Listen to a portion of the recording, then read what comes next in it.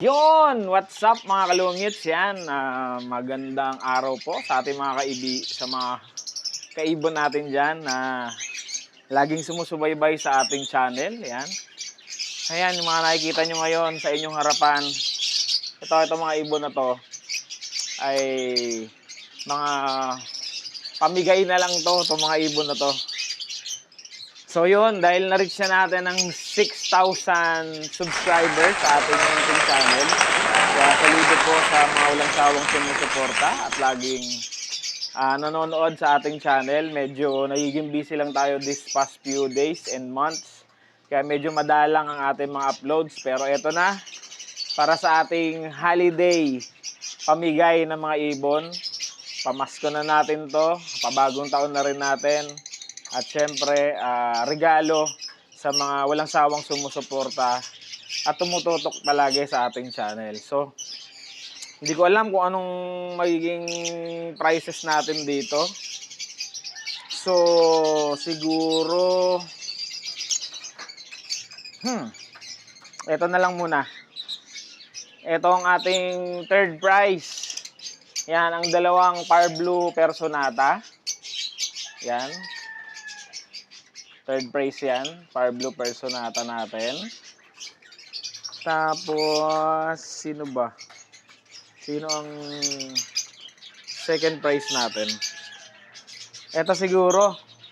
Yan, second prize natin. Isang green fisher, tsaka isang pastel green fisher. Alam ko, possible split ino to. So, kayo nang bahala. Hindi ko na matandaan kung sino yung possible split pale. Ito. Possible split pale to guys, tong pastel green. Ito naman possible split sa ino. Limot ko na kung may makakarga silang opa. So bahala na kayo dyan. So ito. Possible split pale.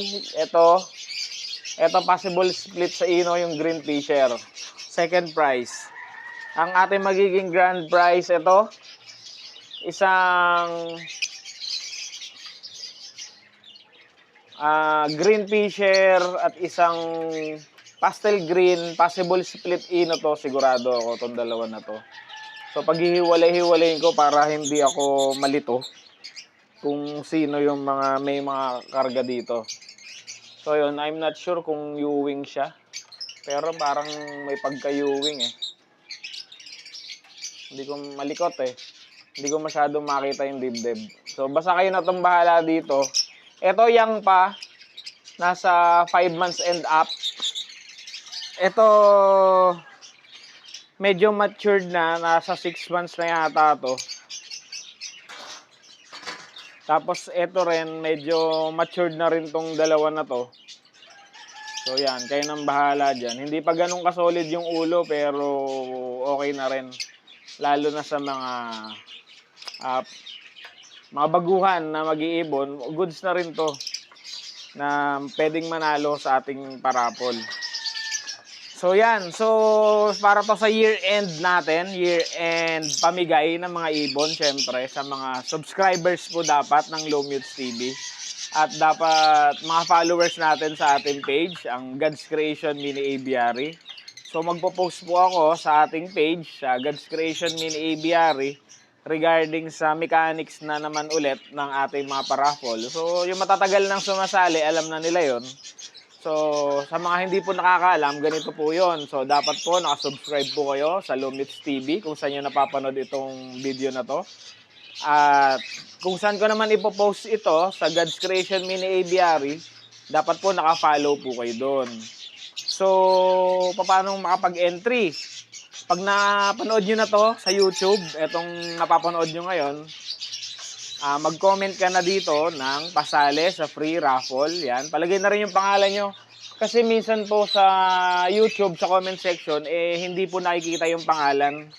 Parang code yung lumalabas. Kaya palagay na lang po yung pangalan po ninyo. Pero syempre, dapat mapanood mo tong video na to.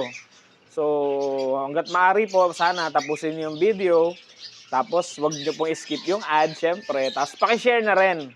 I-share po sa timeline ninyo na pasali sa pre-raffle yun. Para mas makasali yung mga iba pa nating kaibigan na gustong sumali at gustong magkaroon ng mga ganitong kagagandang mga ibon. So, pinamimigay na lang natin yan dito sa Low Mutes TV. Kagaganda naman, di ba?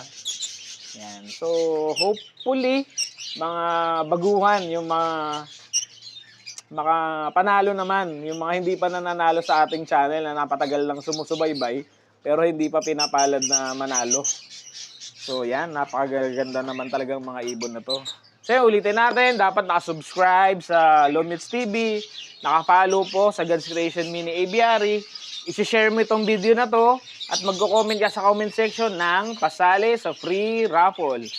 Sa YouTube po ang comment, tapos palike na rin and share ng ating video. So yun, may entry ka na. So, doon ko po kasi kinukuha yung mga pangalan ng entry sa comment section po sa YouTube para mailagay ko sa listahan natin kung sino yung mga nakapag-entry. So, ang ating target raffle date is December 30, yan, Rizal Day. So, pasensya na kayo, lately kasi napaka-busy kaya hindi tayo masyado nakakapag-paraffle. Pero eto na, hindi naman tayo syempre papayag na magtatapos tong taon na to na wala tayong mga ipamimigay na ibon. Marami pa dito, hindi ko pa lang na-sort yung mga ibon na ipamimigay natin. Kaya eto na lang muna. Pagdamutan po ninyo ang ating munting nakayanan para ipamigay na sa inyo tong mga to. So yun, ano ba? Ano pang hinihintay mo? Once na napanood mo na to, i-like mo na, i-subscribe mo na kung hindi ka pa nakasubscribe. So yun, sa mga hindi pa nakasubscribe, at least mapanood nyo po sana yung buong video bago po kayo mag-subscribe kasi nagda-drop po yung inyong subscription kapag hindi po kayo nanood at nag-subscribe lang. Sayang naman, mawawalan ka ng entry. Kasi mawawala yung pangalan mo dun sa comment section kapag nag-subscribe ka lang na hindi mo pinanood. Sayang, hindi makagiging valid yung entry natin. So, libre lang po mag-subscribe, kaya subscribe mo na yan. So, nagpapasalamat po ako para dito sa panibagong taon na ating dinaanan na 2024. Hopefully, maging mas masigla sa darating na 2025 ang industriya at mundo ng pag-iibon. Sana mas gumanda pa yung market ng ating hobby. At sana gumanda pa rin ang ating mga breeding. Kasi next year, marami tayong mga naka-waiting na isasalang na mga mutation. Actually, hindi naman ganun karami mutation. Naka-waiting lang na mag-matured para isalang kasi nagpo-focus tayo sa mga Ino project. Yan, albino, lutino, cremino. Yan, diyan tayo nagpo-focus by next year.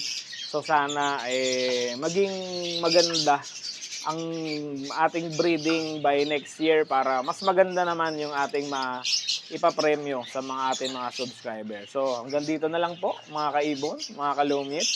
Hanggang sa muli! Hanggang sa muling paglipad! Dito po si Basti, ang iyong lingkod.